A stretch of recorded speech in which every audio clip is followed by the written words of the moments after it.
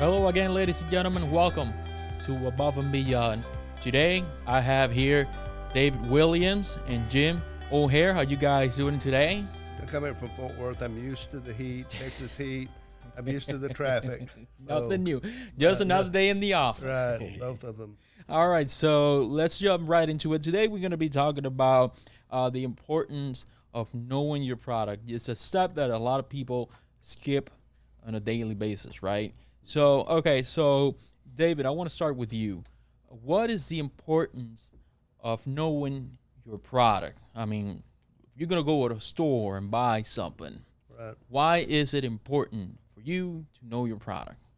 It's very important from the standpoint of I've invested in that product. I think many people skip over, depending on how sophisticated the product is, if it's a technology package like your phone or your car, we can shy away from it and not, ignore the owner's manual. We can ignore online instruction. I think we pay a little bit of a price. We're not getting exactly what we need from that product. It's not free. No, we've invested, so we should be able to get as much as we can out of it.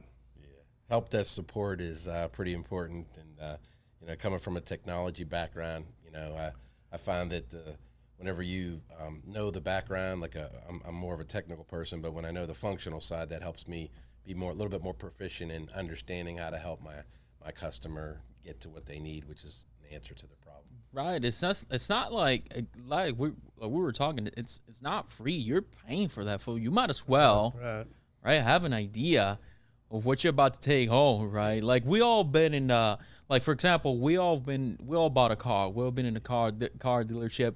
How excruciating could that be if And you it's don't time consuming, and time is money. So Right. bottom line is that if you're spending 12 hours to buy a car, it's costing you a lot more money than anyone would think. Yeah, speaking of cars, the modern cars today, you get in the driver's seat, and they're very sophisticated. The technology, I could actually, when I learn my product, learn that technology, it's going to save a lot of frustration, probably. exactly. And it's going to, it could possibly, saves me time and money, and potentially save a lot more than that. First thing I do when I get in a car is, or a brand new car, is I got to learn all the gadgets. I got to learn every single thing, and then that way there, because I know my wife's going to be asking me, right? Right. So I got to help Well, her. we were talking off the air yesterday about the car that you have, the time belt and all that.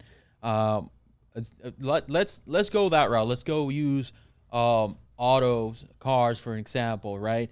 You said that by the time your car is 100,000 miles, you got to change the timing belt. And we're not going to turn this conversation into a car type of conversation, but it's just an example of a product, right? Yeah. Bottom line is most people don't realize that if you ignore that and let it go, what may have cost you $400 or $500 to have the timing belt changed, if you ignore it, you're looking at blowing the engine up and potentially totaling the car because it's not worth replacing the whole engine.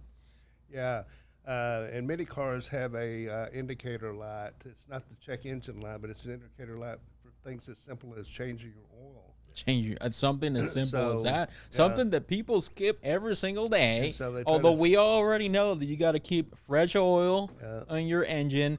Change the spark plug, the coils, the transmission fluid. Yeah, as a matter of fact, I remember it prompted me. My dealership, the agreement that I have, or the results that the technicians found, at the very top it says "Know Your Car." They actually have that. So it's just like we're talking about: know your product, know your car, know your phone. Know your phone. Same thing with real estate, apartments. Yeah, Man, can't. I mean, it's, for example, you're going to rent an apartment. You're going to be there for about a year. You have no idea the type of neighborhood you're going to get into. Yeah. Right. What type of what the fine prints? You got to read the fine prints.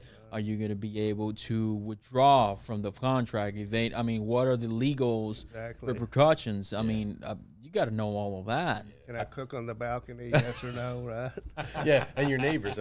What I like to do, buying a house, what I find is that I'll park in front of that house for 4 or 5 hours in the evening time before I Right. sign on the dotted line, because I want to know what, if somebody comes home at 8 o'clock at night and they're got the music blaring and this and that. I mean, that's a good indicator of what you might expect every day. Exactly, every day. And we're using these basic examples. A lot of people might be listening to us and say, "Well, of course. Well, you have no idea." Also, a lot of people out there just don't have the initiative, and it's just it doesn't have to be this simple stuff. It can be just about anything. And okay, so what would happen? What are the consequences of not knowing enough information about the product that you're about to invest into, right? And we're talking from a consumer standpoint, of course. Let's just clarify that. So, David, what consequences can somebody face in the future? I could get extremely frustrated. Most owners' manuals at the back of the guide is a troubleshooting guide. Troubleshooting. So if I ignore all of that, if something goes wrong with the product, I could take maybe some simple steps to troubleshoot it and get it resolved. If I don't know how to do that, I would make the false assumption that I need to send it back. I'm just going to take it back to the store. Exactly. So it could be a waste of time and money. Yeah, Absolutely. So save money. Exactly. Save money. That's number one. A scam. Give me an example. David, give me an example of a scam. I'm sorry, not David, Jim. Give me an example of how can somebody be a scam over not knowing enough information? Sure. Yeah. If we're using cars as an example, I mean, a lot of times I'll get phone calls from places saying, "Hey, your warranty's expired." What do you mean my warranty's expired? You know what I mean? I've had this car for 20 years. You know what I mean? Of course my warranty's expired. All it is a way to get their foot in the door to get you on the phone. They may be just a legit company, just cold calling, and that's fine. I don't have a problem with that. But those are the things to look out for, because they could just be trying to get you on the phone and trying to get you to buy something. Get you buy something, So or you you gotta can know just what's get up. your car into a mechanic and probably just tape a wire.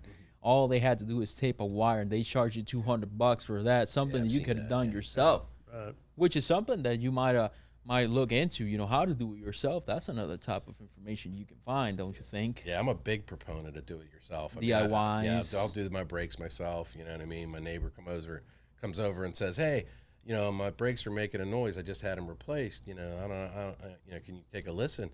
And I'm like, "Huh."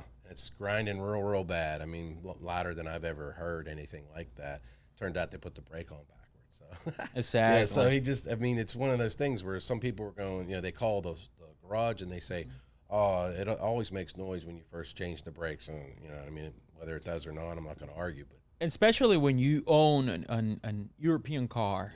You might want to know as many DIYs as you can, because you see, I think that my standard when I'm gonna buy a car, I think that my standard, if I take this car into the dealership and afford the cost of repair, sure. No, if it's just, then I think that's a car that I can afford. However, with that being said, that doesn't mean that every time that something comes up, I'm going to take the car into the dealership and get ripped, But I think that is just the way that I like to look at it. But yes, when it comes to, for example, European car, you might want to know as many information as you can and as much as DIYs, because man, can they rip you off out there, don't you think? Right. I'd like to add an example on a scam on a service. Many people will get an emails. Your bank has notified you that you need to do this, that you need to provide this information. If you didn't know the policy of that bank, the policy of my bank is we would never solicit that kind of information. We would call you, you would come in, and so forth. So knowing the policy of organizations, how they approach things is really important too. yeah, especially avoiding scams. Avoiding scams, yeah, absolutely. That's the key thing, is knowing what the policy is on, Social Security, for example. They're not going to call you up and say, "Hey, I need to have your social.